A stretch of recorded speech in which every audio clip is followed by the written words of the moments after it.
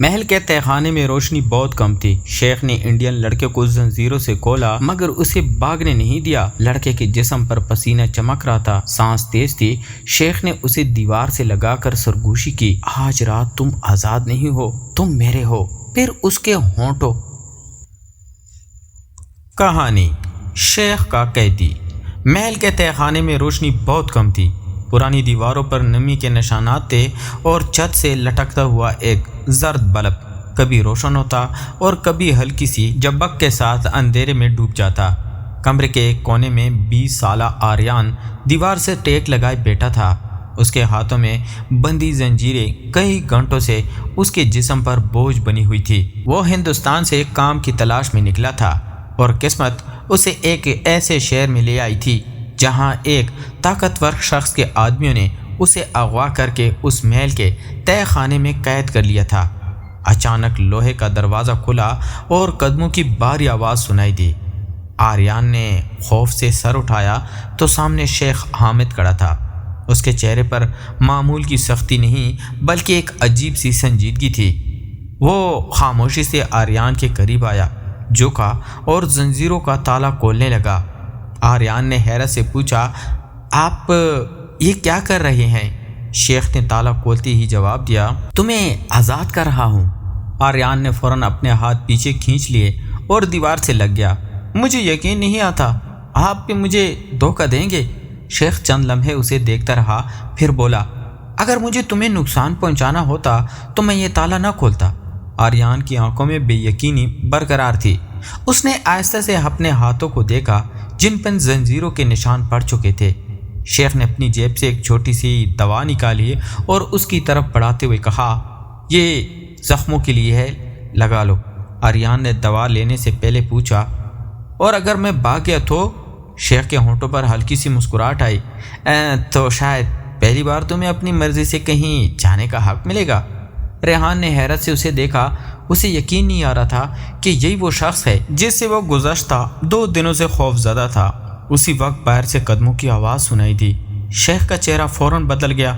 اس نے دروازے کی طرف دیکھا اور دھیمی آواز میں کہا، ابھی تم باہر نہیں جا سکتے، میرے آدمی تمہیں ڈھونڈ رہے ہیں کیونکہ انہیں حکم ملا ہے کہ تمہیں دوبارہ قید کیا جائے۔ ریحان نے گھبرا کر پوچھا، تو پھر میں کہاں جاؤں؟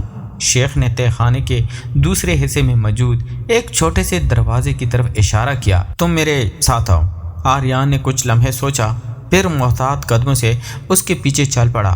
دونوں ایک تنگ راستے سے گزرتے جس کے آخر میں لکڑی کی پرانی سی سیڑھیاں تھیں۔ اوپر پہنچ کر شیخ نے ایک دروازہ کھولا اور آریان کو ایک چھوٹے مگر صاف کمرے میں لے گیا۔ وہاں کھڑکی سے رات کے آسمان کا منظر دکھائی دے رہا تھا۔ آریان کئی لمحوں تک کھڑکی کے پاس کھڑا رہا، جیسے اسے یقین ہی نہ ہو کہ وہ دوبارہ کھلی ہوا دیکھ رہا ہے۔ شیخ نے میز پر کھانا رکھا اور کہا، پہلے کھانا کھاؤ۔ آریان نے اسے دیکھا اور ہلکی آواز میں کہا، مجھے ڈر لگ رہا ہے۔ شیخ چند لمحے خاموش رہا، پھر بولا، مجھے معلوم ہے۔ آریان نے حیرت سے پوچھا، آپ کو کیسے معلوم؟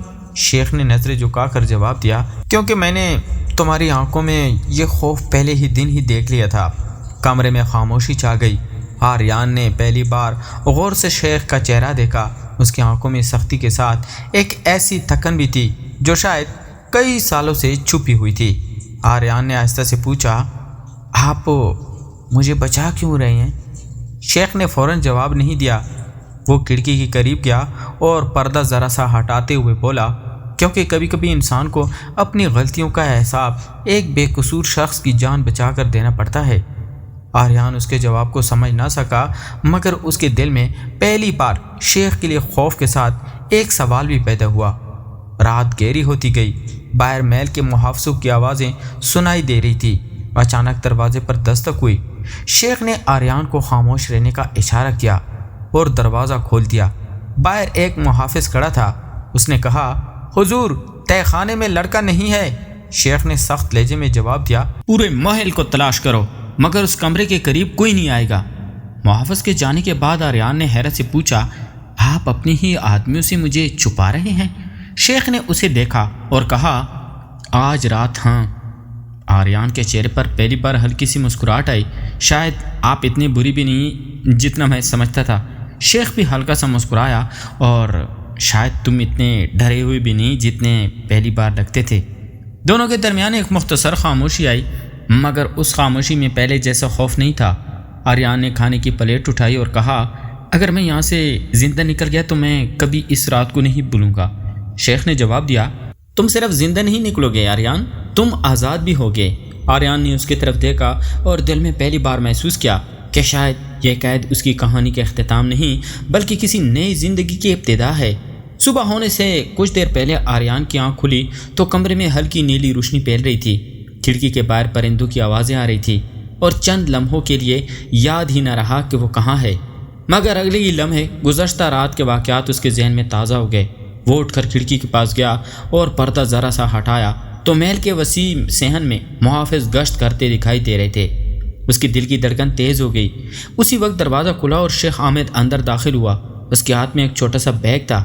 آریان فوراً پیچھے ہٹ گیا۔ شیخ نے اس کی گھبراہٹ محسوس کی اور میز پر بیگ رکھتے ہوئے کہا، ڈرنے کی ضرورت نہیں، میں تمہارے لیے کپڑے لایا ہوں۔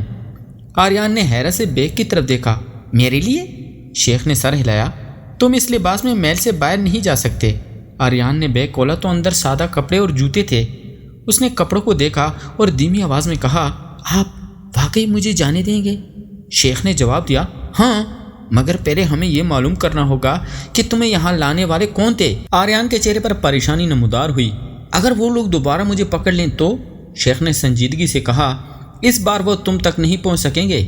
آریان نے پہلی بار بغیر خوف کے اس کی آنکھوں میں دیکھا۔ اسے محسوس ہوا کہ شیخ کے لہجے میں دکھاوا نہیں تھا۔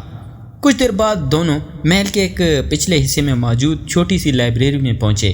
شیخ نے ایک پرانی فائل میز پر رکھی اور اسے کھولتے ہوئے کہا، تمہیں جس شخص نے یہاں بھیجا تھا اس کا نام نعمان ہے۔ وہ شہر میں لوگوں کو بیرون ملک ملازمت کا جانچہ دے کر اغوا کرواتا ہے۔ آریان کے ہاتھ کانپ گئے۔ تو میں اکیلا نہیں تھا؟ شیخ نے آہستہ سے جواب دیا، نہیں، اور یہی وجہ ہے کہ مجھے جلدی کرنا ہوگی۔ آریان نے فائل کے کاغذات دیکھتے ہوئے کہا، آپ نے یہ سب کیسے معلوم کیا؟ شیخ چند لمحے خاموش رہا، پھر بولا، کیونکہ میں نے بھی کبھی اس آدمی پر بھروسہ کیا تھا۔ آریان نے حیرت سے پوچھا، آپ؟ شیخ نے سر جھکا لیا۔ اس نے میرے کاروبار کے ذریعے لوگوں کو باہر بھیجنے کا وعدہ کیا تھا، مگر مجھے بہت دیر سے حقیقت معلوم ہوئی۔ آریان کی آنکھوں میں ہمدردی آ گئی۔ اس نے پہلی بار شیخ کے قریب آ کر کہا، تو آپ بھی اس کے ہاتھوں دھوکہ کھا چکے ہو؟ شیخ نے اس کی طرف دیکھا اور ہلکی سی مسکراہٹ کے ساتھ کہا، شاید اس لیے کہ تمہیں دیکھ کر مجھے اپنا ماضی یاد آتا ہے۔ آریان نے نظریں جھکا لی۔ دونوں کے درمیان چند لمحوں کی خاموشی رہی۔ پھر آریان نے دھیمے سے پوچھا، اگر میں آج چلا گیا تو آپ مجھے یاد کریں گے؟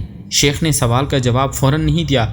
اس نے کھڑکی سے باہر دیکھا اور کہا، کچھ لوگ بہت کم وقت میں بھی انسان کی زندگی میں ایسی جگہ بنا لیتے ہیں جسے خالی کرنا آسان نہیں ہوتا۔ آریان کے چہرے پر ہلکی سی مسکراہٹ آ گئی۔ وہ کچھ کہنا چاہتا تھا، مگر اچانک باہر سے شور بلند ہوا۔ کسی محافظ نے تیزی سے آ کر دروازہ کھٹکھٹایا اور بتایا، حضور، محل کے پچھلے دروازے کے قریب کچھ مسلح لوگ دیکھے گئے ہیں۔ شیخ فوراً سنجیدہ ہو گیا۔ اس نے آریان کی طرف دیکھا اور کہا، وہ آ گئے ہیں۔ آریان کے چہرے سے رنگ اڑ گیا۔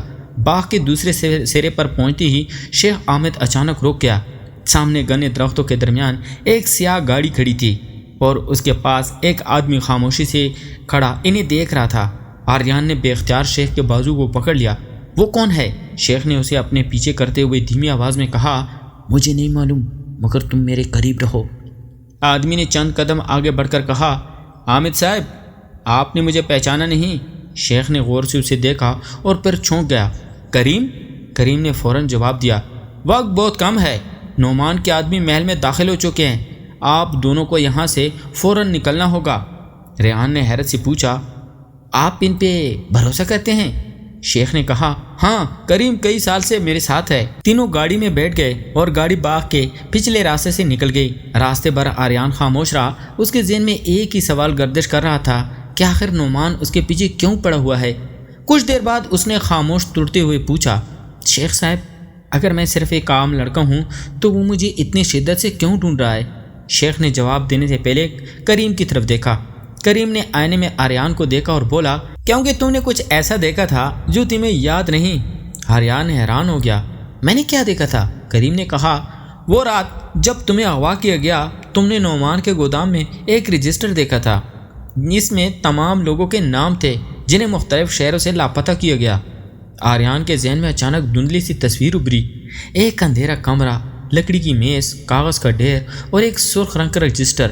اس نے اپنا سر پکڑ لیا۔ ہاں، مجھے کچھ یاد آ رہا ہے۔ شیخ نے فوراً اس کا کندھا تھام لیا۔ خود پر زور مت ڈالو۔ آریان نے اس کی طرف دیکھا۔ شیخ کے لہجے میں پہلی بار ایسی نرمی تھی جس نے آریان کے دل کو چھو لیا۔ اس نے دھیمی مسکراہٹ کے ساتھ کہا، آپ ہر بار مجھے بچانے لگتے ہیں۔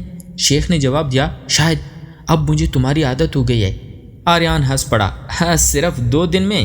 شیخ نے بھی ہلکی مسکراہٹ کے ساتھ کہا، کچھ لوگ 2 دن میں بھی بہت کچھ بدل دیتے ہیں۔ گاڑی میں چند لمحوں کے لیے خاموشی چھا گئی۔ آریان نے کھڑکی سے باہر دیکھا اور محسوس کیا کہ خوف کے باوجود اس کے دل میں ایک عجیب سا اطمینان پیدا ہو رہا تھا۔ کچھ دیر بعد گاڑی ایک پرانے فارم ہاؤس کے قریب رکی۔ کریم نے بتایا، یہاں چند گھنٹوں کے لیے محفوظ رہا جا سکتا ہے۔ اندر پہنچ کر آریان نے پہلی بار سکون سے بیٹھنے کی کوشش کی، مگر اس کے ہاتھ ابھی تک کانپ رہے تھے۔ شیخ نے پانی کا گلاس اس کی طرف بڑھاتے ہوئے کہا، آرام کرو، اب کوئی تمہیں ہاتھ نہیں لگائے گا۔ آریان نے گلاس لیتے ہوئے کہا، میں آپ پر اعتماد کرنا شروع کر رہا ہوں۔ شیخ نے اسے دیکھا اور جواب دیا، یہ اعتماد میرے لیے بہت قیمتی ہے۔ اسی وقت باہر گھوڑوں کی آواز سنائی دی۔ کریم نے فوراً کھڑکی سے باہر دیکھا اور اس کا چہرہ سنجیدہ ہو گیا۔ وہ لوگ ہمیں یہاں بھی ڈھونڈتے ہوئے آ گئے ہیں۔ شیخ نے میز سے ضروری کاغذات اٹھائے اور آریان سے کہا، ہمیں فوراً نکلنا ہوگا۔ مگر اس بار آریان پیچھے نہیں ہٹا۔ اس نے مضبوط لہجے میں کہا، نہیں، اب ہم بھاگتے نہیں رہیں گے۔ اگر اس رجسٹر میں اتنے لوگوں کے نام ہے تو ہمیں اسے سامنے لانا ہوگا۔ شیخ نے چند لمحے اسے دیکھا اور پھر سر ہلا دیا۔ ٹھیک ہے، مگر وعدہ کرو کہ جو کچھ بھی ہو تم میرے پیچھے رہو گے۔ آریان نے مسکرا کر کہا، اور آپ وعدہ کریں کہ مجھے دوبارہ تہہ خانے میں قید نہیں کریں گے۔ شیخ کے چہرے پر پہلی بار کھلی مسکراہٹ آئی۔ وعدہ۔ دونوں نے ایک دوسرے کی طرف دیکھا اور اس مختصر لمحے میں ان کے درمیان خوف کی جگہ ایک گہرا اعتماد پیدا ہو چکا تھا۔ باہر قدموں کی آواز قریب آ رہی تھی۔ کریم نے دروازہ بند کیا اور شیخ نے آریان کو ایک خفیہ راستہ دکھایا۔ تینوں اندھیرے میں راستے میں داخل ہوئے، مگر کسی کو معلوم نہیں تھا کہ اس راستے کے آخر میں ان کے لیے آزادی نہیں بلکہ نعمان کا سب سے بڑا راز انتظار کر رہا تھا۔ خفیہ راستے کے اختتام پر تینوں ایک پرانے زیر زمین کمرے میں پہنچے جہاں دیواروں کے ساتھ لکڑی کی الماریوں میں کئی فائلیں رکھی تھی۔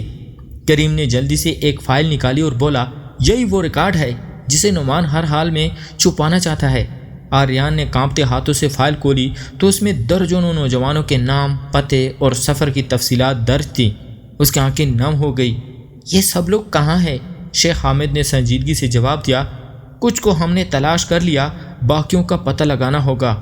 اچانک اوپر سے شور سنائی دیا۔ نعمان کے آدمی فارم ہاؤس تک پہنچ چکے تھے۔ کریم نے فائل سنبھالی اور کہا، اب ہمیں یہاں سے نکلنا ہوگا۔ مگر ریحان نے سر ہلا کر کہا، نہیں، اس بار ہم نہیں بھاگیں گے۔ شیخ نے اس کی طرف دیکھا، تمہیں خطرہ ہے؟ آریان نے مضبوط لہجے میں جواب دیا، خطرہ تو اس وقت بھی تھا جب میں تہہ خانے میں قید تھا، لیکن اب میرے پاس سچ ہے۔ شیخ کے چہرے پر مختصر کی ہلکی سی جھلک آئی۔ کچھ ہی دیر میں پولیس کو ثبوت پہنچا دیے گئے اور فارم ہاؤس کے باہر نعمان کے آدمی کو گرفتار کر لیا گیا۔ نعمان بھی زیادہ دیر چھپ نہ سکا۔ رجسٹر اور دیگر ثبوت سامنے آنے کے بعد اس کے پورے نیٹ ورک کی حقیقت کھل گئی اور کئی لاپتہ لوگوں کی تلاش کرنے کا عمل شروع ہو گیا۔ چند دن بعد وہی محل جو کبھی آریان کے لیے خوف کی علامت تھا، اب خاموش کھڑا تھا۔ تہہ خانے کا دروازہ ہمیشہ کے لیے کھول دیا گیا تھا اور زنجیریں وہاں سے ہٹا دی گئی تھی۔ آریان باغ میں کڑا آسمان کو دیکھ رہا تھا جب شیخ حامد اس کے قریب آیا۔ کچھ لمحے دونوں خاموش رہے، پھر آریان نے مسکرا کر کہا، کبھی سوچا نہیں تھا کہ جس جگہ سے مجھے سب سے زیادہ خوف آتا تھا وہی جگہ میری زندگی بدل دے گی۔ شیخ نے جواب دیا، اور میں نے کبھی نہیں سوچا تھا کہ ایک اجنبی میری زندگی میں اتنی جلدی اتنا اہم ہو جائے گا۔ آریان نے نظریں جھکا کر ہلکی مسکراہٹ کے ساتھ پوچھا، اب اگر میں واپس اپنے گھر چلا جاؤں تو؟ شیخ کچھ لمحے خاموش رہا، پھر بولا، تم آزاد ہو، فیصلہ تمہارا ہے۔ آریان نے آہستہ سے اس کی طرف دیکھا اور کہا، آزادی کا مطلب ہمیشہ دور چلے جانا نہیں ہوتا۔ کبھی کبھی آزادی کا مطلب یہ بھی ہوتا ہے کہ انسان اپنی مرضی سے فیصلہ کرے کہ اسے کس کے ساتھ رہنا ہے۔ شیخ کی آنکھوں میں نمی آ گئی۔ اس نے صرف اتنا کہا، ہاں، اور تمہارا فیصلہ؟ آریان مسکرایا، میں ابھی کہیں نہیں جا رہا۔ دونوں کچھ دیر باغ میں خاموش کھڑے رہے۔ اس خاموشی میں نہ کوئی خوف تھا، نہ زنجیر، نہ قید، صرف ایک ایسا اعتماد تھا جو مشکل ترین راتوں سے گزر کر پیدا ہوا تھا۔ آریان نے آخری بار میل کی طرف دیکھا اور کہا، اس تہہ خانے میں میری کہانی ختم نہیں ہوئی تھی حامد صاحب، وہیں سے میری نئی زندگی شروع ہو گئی تھی۔ شیخ نے مسکرا کر جواب دیا، اور اس پر دروازہ ہمیشہ کھلا رہے گا۔ سورج آہستہ آہستہ طلوع ہو رہا تھا، رات کا اندھیرا ختم ہو چکا تھا اور دونوں جانتے تھے کہ ان کے سامنے ایک نئی صبح ہے۔ تو پیارے دوستو، اگر آپ کو ریحان اور شیخ حامد کی یہ دلچسپ اور جذباتی کہانی پسند آئی ہے تو ویڈیو کو ضرور لائک کریں، چینل کہانی HD+ کو سبسکرائب کریں اور بیل آئیکن دبا دیں تاکہ ایسی ہی نئی اور دلچسپ کہانیاں آپ تک سب سے پہلے پہنچے۔ کامنٹ میں ضرور بتائیں کہ آریان کا فیصلہ آپ کو کیسا لگا، اگلی کہانی میں آپ کس طرح کا نیا موڑ دیکھنا چاہتے ہیں۔ تب تک کہ ہمارے ساتھ جڑے رہیے، کیونکہ کہانی HD+ پر ہر کہانی اپنے اندر ایک نیا راز چھپائے ہوتی ہے۔